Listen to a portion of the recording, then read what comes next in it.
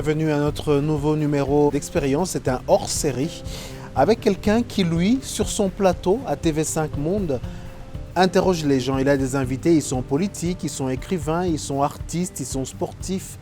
Ce sont des personnalités riches et diverses du monde entier qu'il interroge. Alors on se dit, ça va être sa fête aujourd'hui parce que ça va être notre invité. Il s'appelle Patrick Simonin. Madame, Monsieur, Patrick Simonin est l'invité d'expérience aujourd'hui. Patrick Simonin, bonjour. C'est jouissif de prendre la place de Patrick Simonin et d'en faire un invité parce qu'aujourd'hui, Patrick Simonin de l'invité de 64 minutes est mon invité. Merci Arnaud, je suis ravi d'être, on va se tutoyer, d'être ton invité. Je te sens ouvert sur le monde et qu'est-ce qui finalement te fascine d'un pays à l'autre? Est-ce qu'il y a des pays qui t'ont marqué? Est-ce qu'il y a des personnalités qui t'ont marqué? Et c'était par rapport à quoi? Pour toucher la corde sensible de Patrick Simonin, c'est quoi le mode d'emploi? Oh là, il n'y a pas de mode d'emploi, hein. Tout m'intéresse, tous les pays me sont intéressants. L'Afrique évidemment, ce sont des souvenirs inoubliables. Mes premiers voyages au Cameroun, au Sénégal, les amis que j'y rencontre et ceux que j'ai toujours, et les souvenirs qu'on a en commun parce qu'on a un dépaysement et en même temps une proximité, on a quelque chose qui fait qu'on a l'impression qu'on prolonge ce que l'on est. Quand on arrive en Afrique, on découvre une part de soi, mais une chose qui vous enrichissent beaucoup plus, que l'on ne connaissait pas, mais qui au fond font partie de vous et que vous ramenez dans votre cœur. Donc ça, c'est des souvenirs formidables. Après, les personnalités, c'est celles qui sont les plus ouvertes sur les autres. Moi, j'aime beaucoup les artistes, j'aime beaucoup les humanistes, j'aime beaucoup les gens qui apportent quelque chose de positif. Ce sont les gens qui donnent aux autres l'envie d'aller chercher l'intelligence, d'aller chercher ce qu'ils ont en eux, qui peuvent les amener à aller vers les autres, de développer ce que la nature humaine a de plus beau. Et bon, il y en a beaucoup. Les artistes, ce sont quand même des gens formidables. Les hommes politiques parfois, mais les artistes d'abord.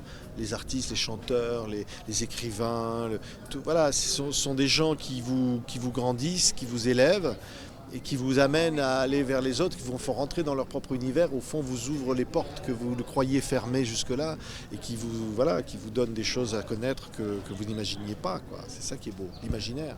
Alors les questions de l'heure ne sont pas des questions très tendres, c'est le réchauffement climatique, c'est des pays comme le Yémen qui sont à feu et à sang, c'est toutes les désolations autour du monde. Quand vous observez ça en dehors des studios de TV5, que c'est Patrick, l'homme, l'individu qui regarde ça, qu'est-ce qu'il se dit? Est-ce que cela aura une issue finalement positive? Ou jusqu'à la fin des temps, le monde, c'est le monde et c'est désolation, et c'est ombre et lumière? Je ne suis pas très optimiste. Malheureusement, je ne suis pas très optimiste parce que là, on parlait à l'instant de développer la nature humaine dans ce qu'elle a de plus beau, et là, on est dans le développement de ce qu'elle peut faire de pire. C'est la recherche du profit à tout prix, c'est l'exploitation de la nature ou de l'environnement ou de l'homme, des autres. C'est l'égoïsme des riches qui asservissent ceux qui n'ont rien pour avoir encore plus alors qu'ils sont déjà très riches. C'est ça le monde aujourd'hui. Et c'est terrible, l'ordre du monde.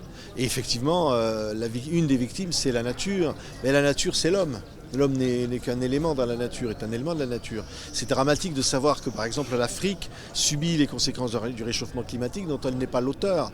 L'Afrique qui a déjà subi tellement de choses dans son histoire de la part de ces pays qui se sont parfois enrichis sur son dos et qui aujourd'hui déversent la pollution, le réchauffement climatique, les forêts que l'on détruit, etc. Donc, alors qu'au fond, on a tous la même planète, on est tous dépendants. Quand on voit la forêt du Congo, cette forêt, c'est un des poumons de l'humanité. Donc ça ne concerne pas seulement l'Afrique. On devrait tous, les pays du monde devraient, comme l'Amazonie, tous les pays du monde devraient vouloir la protéger.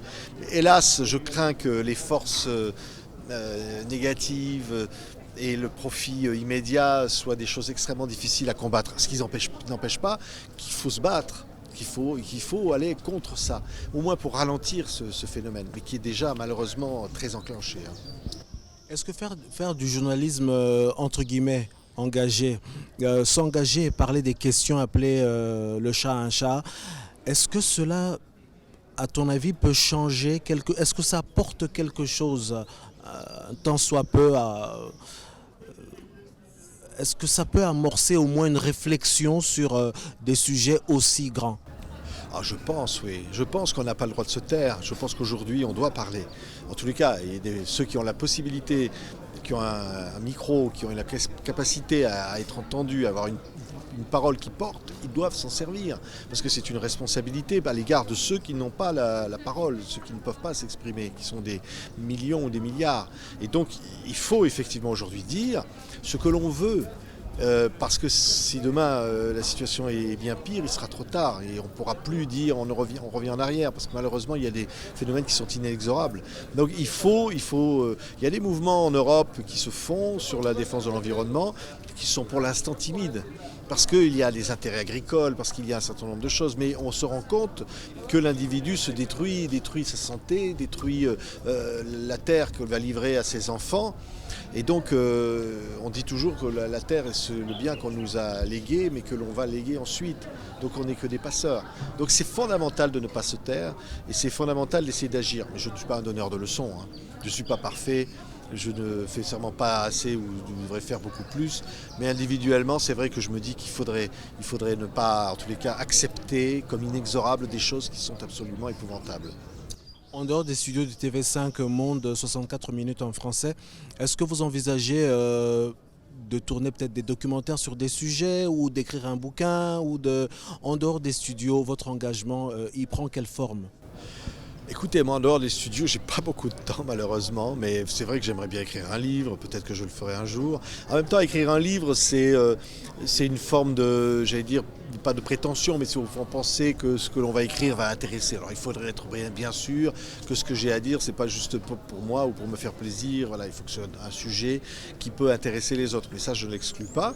Après, en dehors de TV5 Monde, écoutez, je vais voir beaucoup de films, je me nourris beaucoup d'art, je me nourris beaucoup de spectacles, beaucoup de culture, parce que ça c'est un besoin absolu, c'est un besoin d'équilibre général.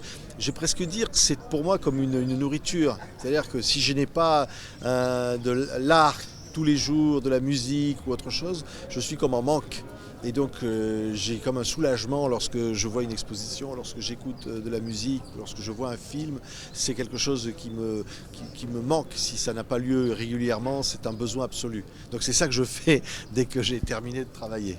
Il écoute quoi, Patrick Simonin? Il lit quoi?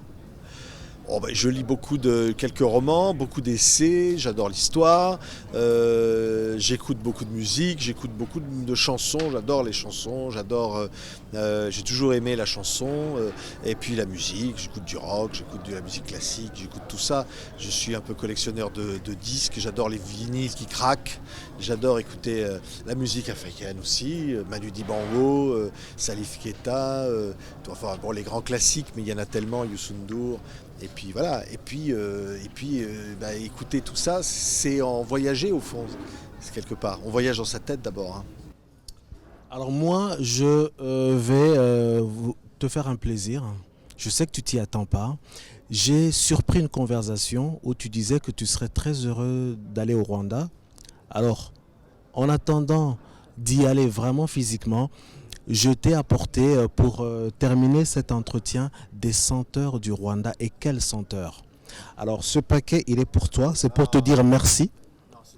Voilà. Et à l'intérieur, ce paquet, ce coffret Visite Rwanda. À l'intérieur, je vous laisse l'ouvrir parce que c'est quelque chose, c'est toute une histoire. Oh là là, magnifique. Et comment fait-on? Et alors c'est extraordinaire. Oui, et là tu vas ouvrir, il y a un paquet. Alors, oh là là. Et ce sont des... c'est du café. Oh là, génial. Waouh. Ah ouais. Il y en a pour Patrick, il y en a pour toute l'équipe. Magnifique. Je vais le boire avec toute l'équipe. Voilà. Avec Mohamed Kassi et compagnie. Voilà, je ramène à Paris. Je le ferai goûter à Mohamed Kassi qui présente le 64 minutes, à Laurent Lejopp, le directeur de la rédaction, et à tous les amis de TV5 Monde. Je proposerai à Denise Epoté, la directrice de TV5 Afrique, à Yves Bigot, le directeur général, et à tous ceux qui font cette chaîne, pour tous ceux qui ont la gentillesse de nous écouter. Voilà, merci. Et merci à vous d'avoir été avec nous aujourd'hui pour ce hors-série d'expérience. Merci à Abdelaziz Sonfo, merci à Elise du programme L'invité du 64 minutes de TV5 Monde et à Séverin Seberire de Weya Media. À très bientôt sur cette même chaîne. Au revoir.